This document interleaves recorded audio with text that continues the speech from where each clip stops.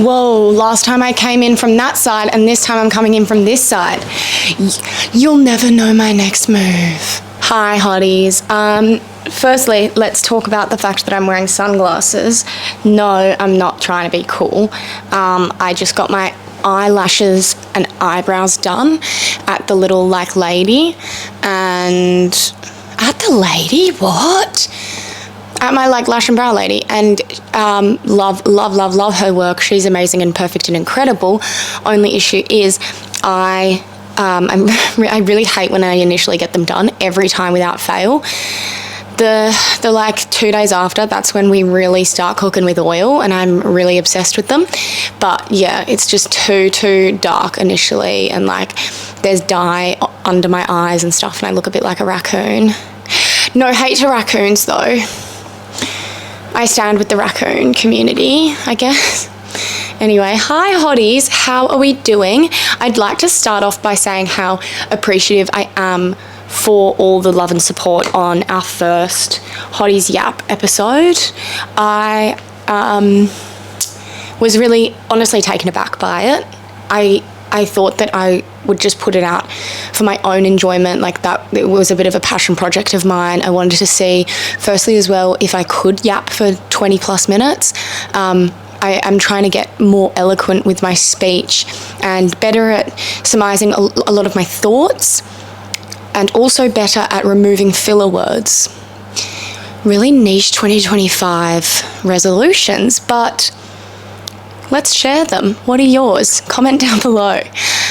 I have been loving saying 2025 ins and outs, as have my friends. That's one of our bits at the moment. 2 of my friends have a shared notes app document of their 2025 ins and outs, and what I love about it is they're so niche and so oddly specific to their experience. For example, they were both dating someone called Liam at the same time, so obviously a 2025 in was dating someone called Liam. I love it.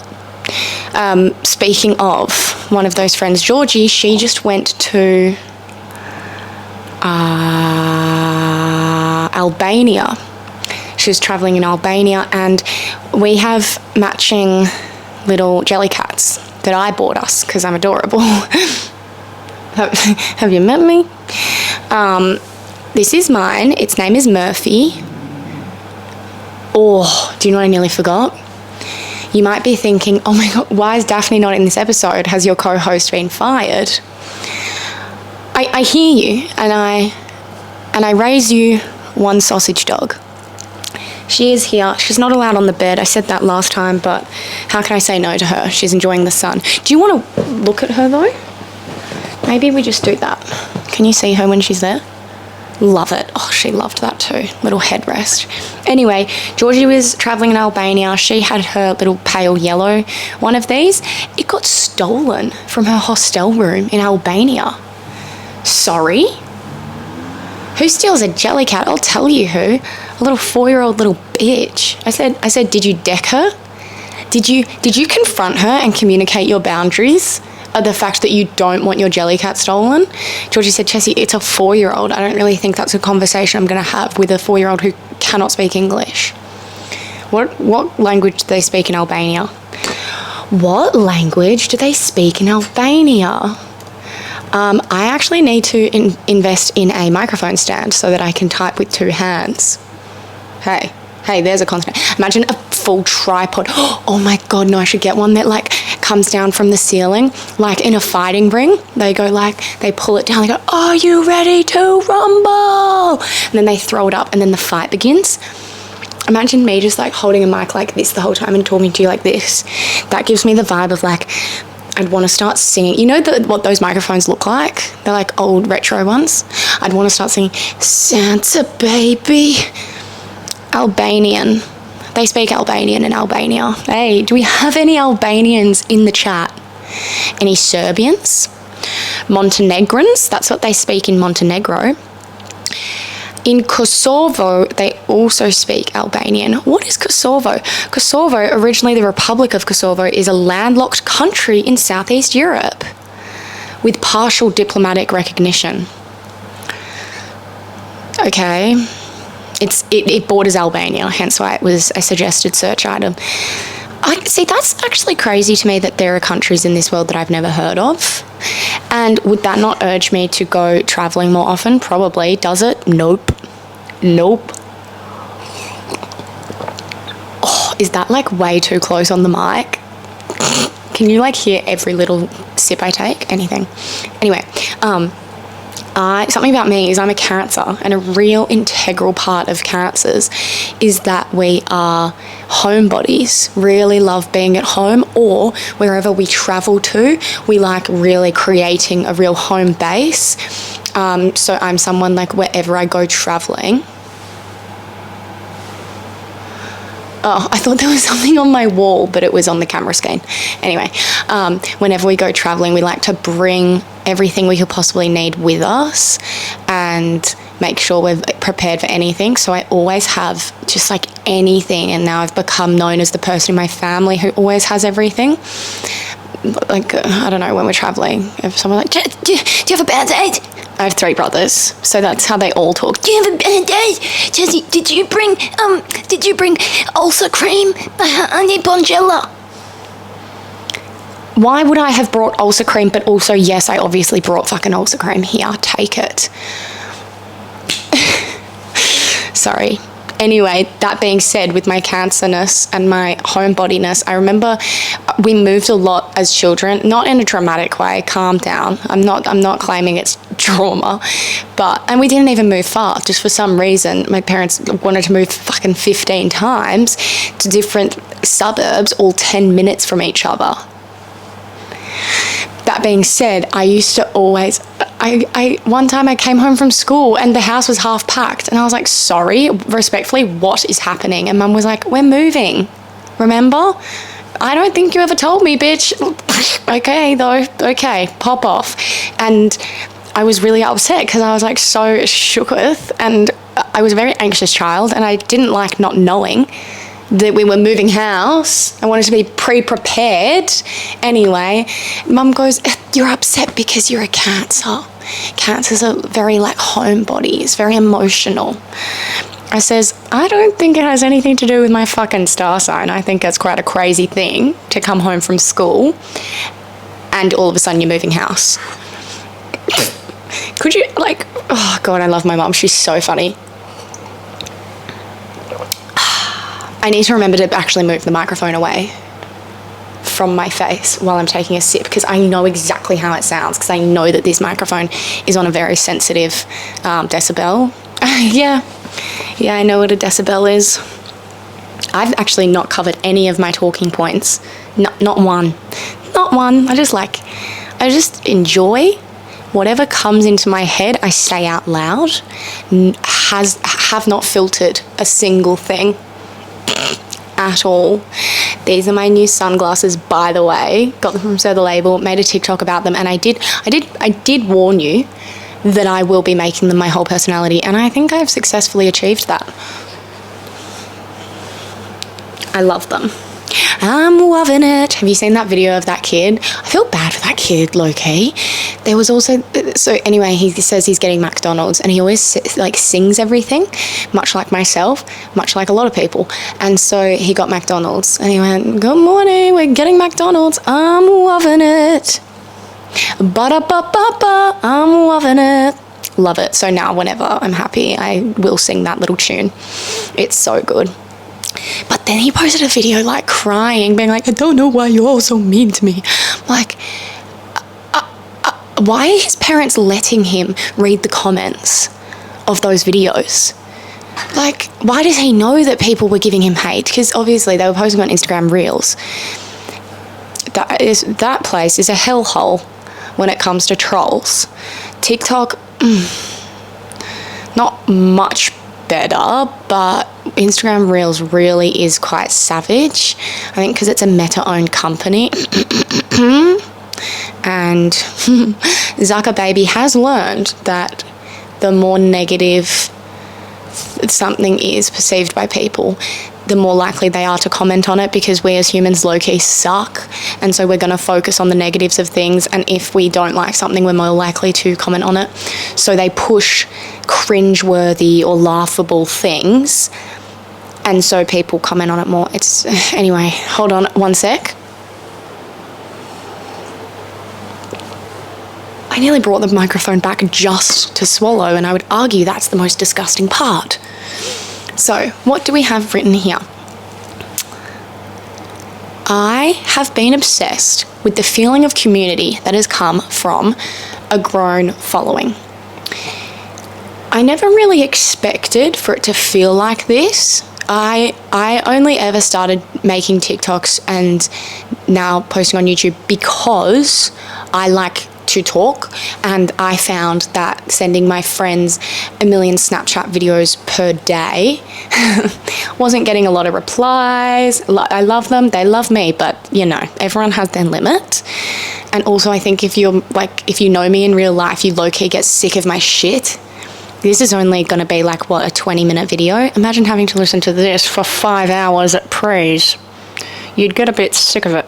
Anyway, so I would always be like yapping their ears off, and so TikTok turned into a bit of an outlet for me to just like chat to people, and then people started commenting, and then anyway, the more people that like find my videos and follow me and stuff, it just feels like I have more and more friends and more people to talk to, because they comment back and like DM me as well. Like one girl DM'd me the other day and was like, hey, like what focaccia recipe do you use? And I was like, oh my God. So I sent her the TikTok link to the focaccia recipe I use, and I was like, it's so annoying though, because you have to put it in the fridge overnight, and then you have to let it rest for 2 hours, and yada yada yada.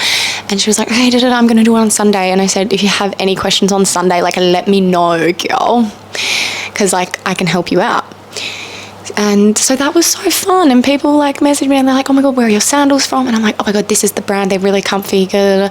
And it's just so fun. And then I find that I comment on other people's videos and I have conversations with them, and it's really quite beautiful. Oh, so divine.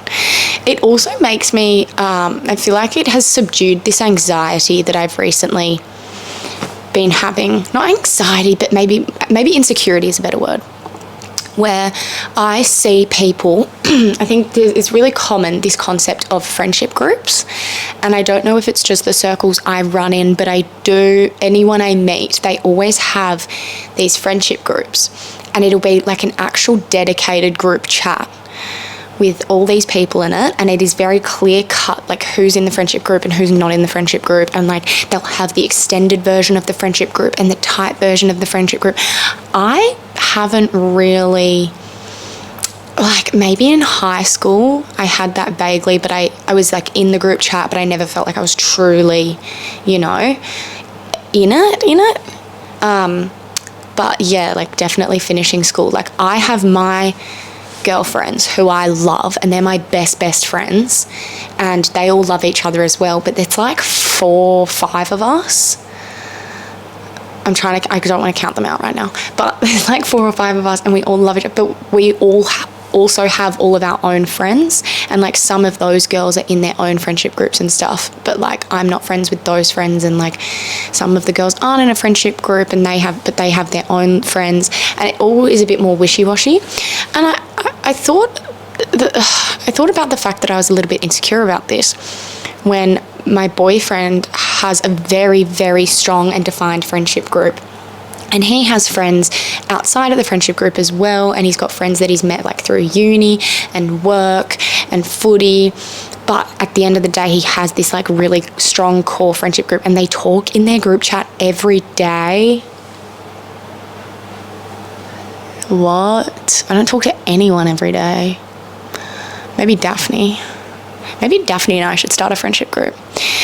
Anyway, I see that happening, and they do all these social things together and have like friendsmas lunches, and I've been so lucky enough that they have been gracious enough to include me in all of these things. Whenever they have a social gathering or do anything, like I'm always welcome, and I love it so much because they're all such lovely people.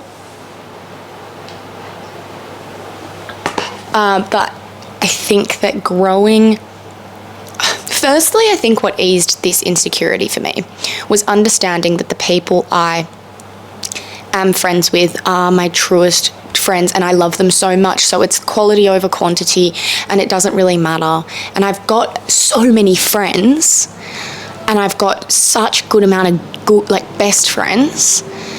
Why do I need it to be defined by this exact friendship group and this exact, am I that insecure or anxious that I need an exact group chat to define, like, yes, you are a part of something. You can be here. You are welcome here.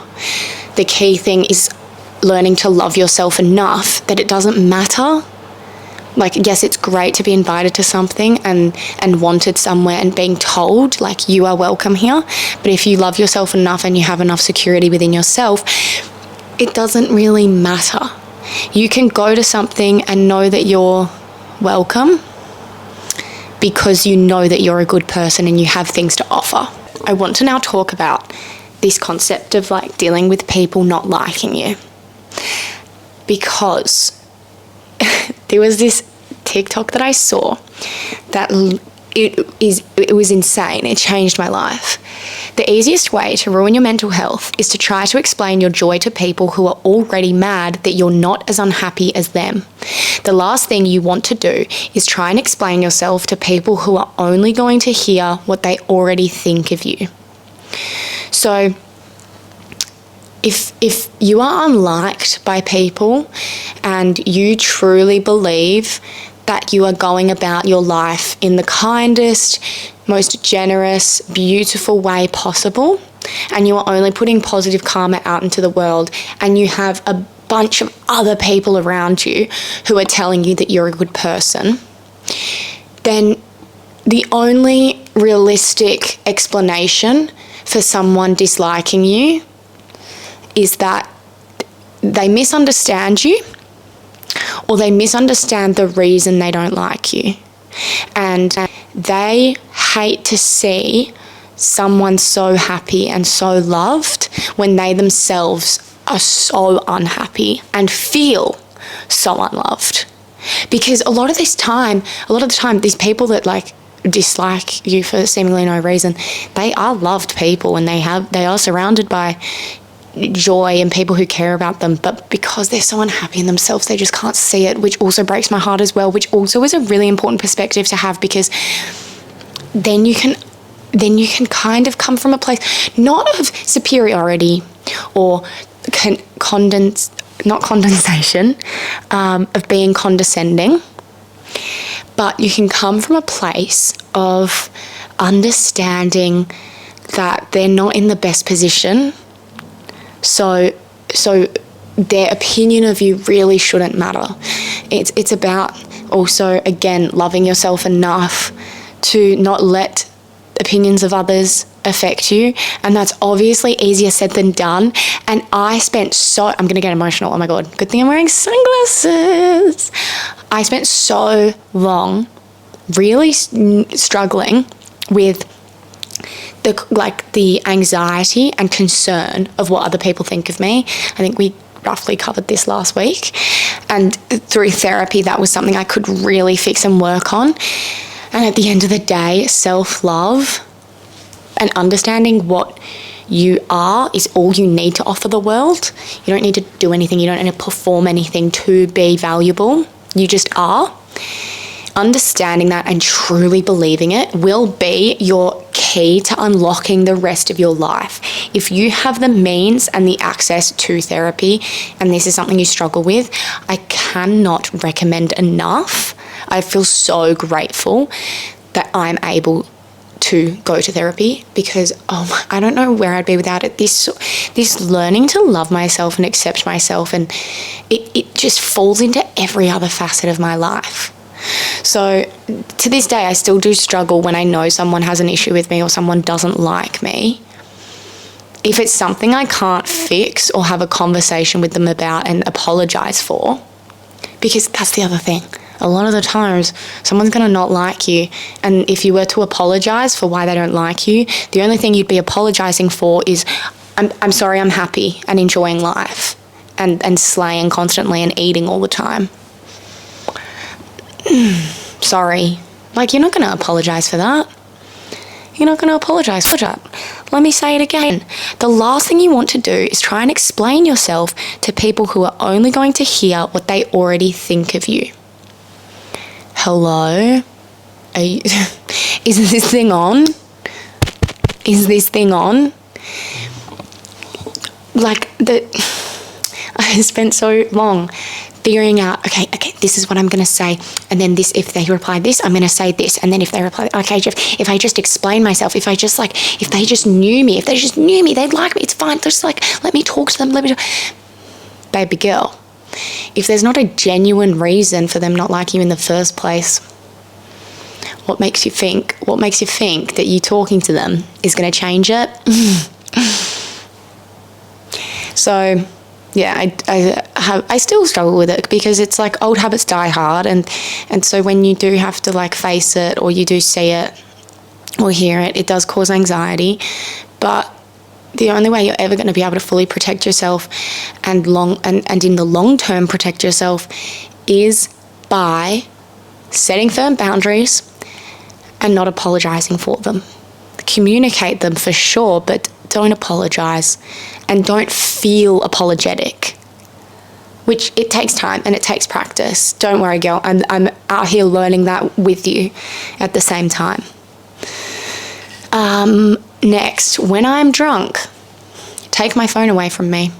If anyone I know is watching this, stop giving me unfettered access to my mobile device when I've had more than 4 drinks. Capiche? I don't think it's that hard. Why am I being left alone with my own phone so often when I'm drunk? And it's not an issue of I'm going to text him. It's not an issue of I don't know, what else would be the issue? It's not the issue I'm going to like text like a uni professor or I don't know, or my parents and admit something I've done in my childhood. It's the issue that I will treat story replies and TikTok comment sections like it is a group chat of my best friends. Girl, you ate. Oh my God, miss you so much. No, I don't. I do not. Also, if I've replied to your story recently and it's like before, if it's been during daylight hours, don't worry. I did genuinely reply to it. I just remembered that I did actually reply to someone's story being like, oh my God, I'm going to see you soon. I'm so excited. I did actually mean that. It was like 10 a.m. I wasn't drunk at that time, obviously. I recently was on the TikTok live of Aussie Bro Squad. That makes it sound like I was dancing along with them. No. I was just in the comment section, all caps. What's on for the weekend, boys? What's on for the weekend, boys? Take it away.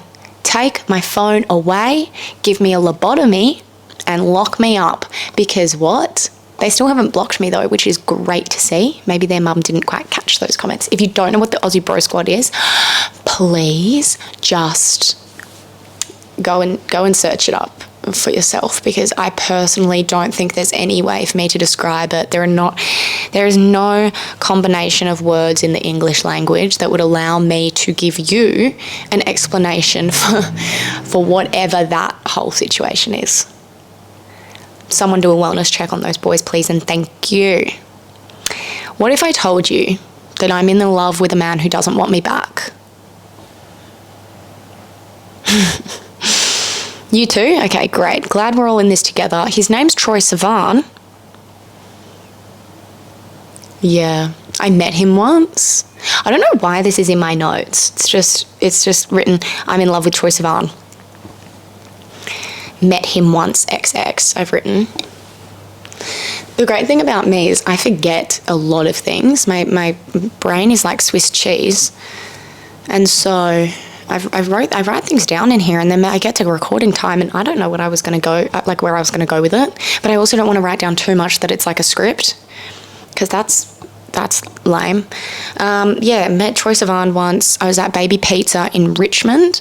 And this was in 2019, and I was walking out of the restaurant and I saw him, and the only reason I knew who he was, I did very much love Bloom, but I was obsessed with his YouTube channel back in the day, like 2013, 2012. He used to do these yearly recaps.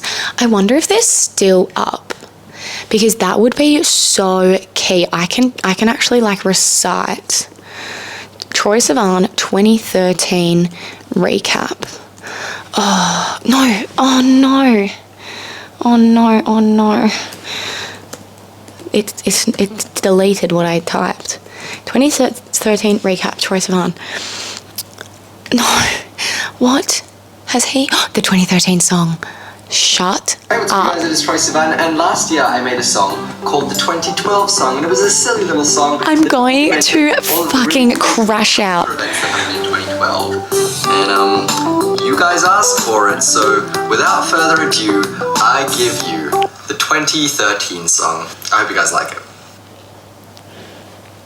Oh, when I don't know how to feel, just like that, 2013, it's been real. Oh, and I think I just shed a tear. I'm sorry, I could go on for fucking hours with this. Oh my god, this is so 2013 coded. Look at this. Oh, I just knocked myself in the head. Oh, and I think I just shed a tear. 2013.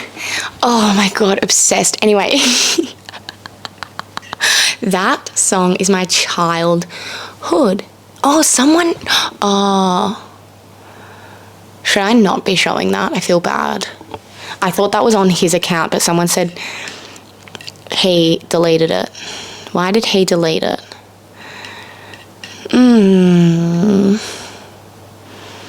Anyway, sorry, Troye, for showing that. I will not be editing that out.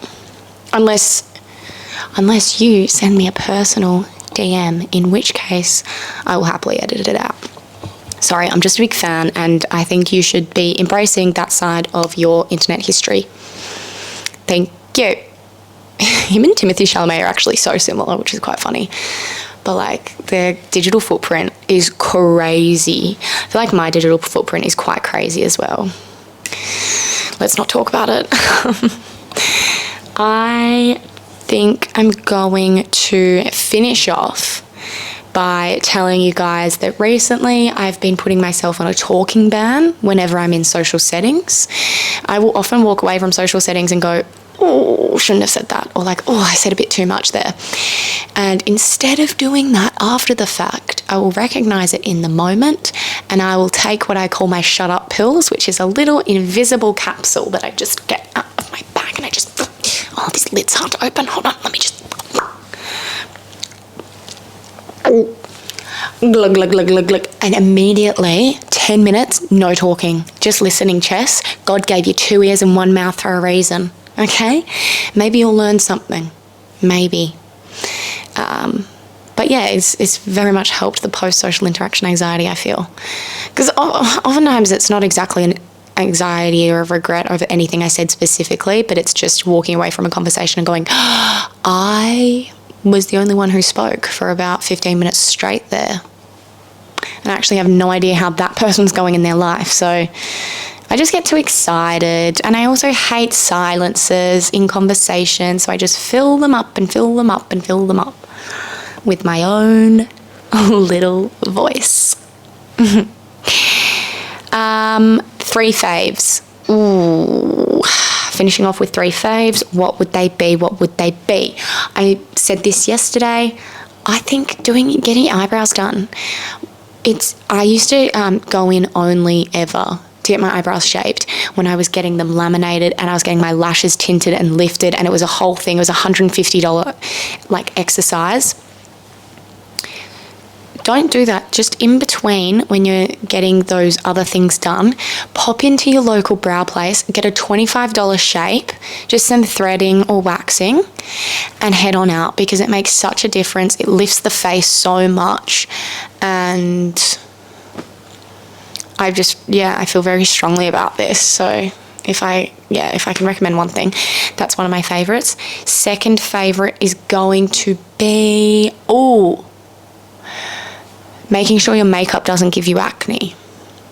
If you are someone who gets pimples in random places, check that all of your makeup products are non-comedogenic, because I struggled with acne for years, and then I had really, really clear skin because I went on Accutane, and then recently I've been getting pimples here and here on both sides of my face. Ring-a-ling-a-ling-a-ling-a-ling. That's exactly where I put my liquid bronzer. Thanks. No, thank you. Thank you for selling me a product that then would in turn make me desire wearing more of your product. If makeup gives you acne, they just are forcing you to buy more makeup to cover up the acne. Charlotte Tilbury, you're a genius. We're going to make all the women in the world hate themselves and buy more of our products. Hated that. See, this is at the point where I would take my shut up pills. So yes, I've now gotten the Glossier Cloud Paint in the shade Coast. So I'll be using that, and I'll let you know how that goes. Third fave. I'm looking around my room to see what my third fave is. Third fave, car moisturizer. Yeah, I have a little bottle of Aesop hand cream in my center console, and I always forget to body moisturize, and then I have crusty legs. So I've just been treating it as like my last little thing I do before I get out of the car. I just pull over, park my car, quick leg moisturization. It's been great. It's so handy, and you always look hydrated and glowy. Amazing. Okay, that is it from me for this week. I love you. And again, I'm going to reiterate, I'm so grateful for anyone who is watching these. Thank you so, so much. I cannot stress enough how lucky I feel to be in a position where any amount of people will listen to me talk for this long and give me support and give me their feedback and their thoughts in the comments. So on that note, comment below any thoughts you had during the podcast, anything you want to elaborate further on. I would love to see it. I love replying and having those conversations down below. And I will see you on Sunday with the vlog, or on Wednesday or Thursday next week with another yapping video. Love you, hotties. Bye.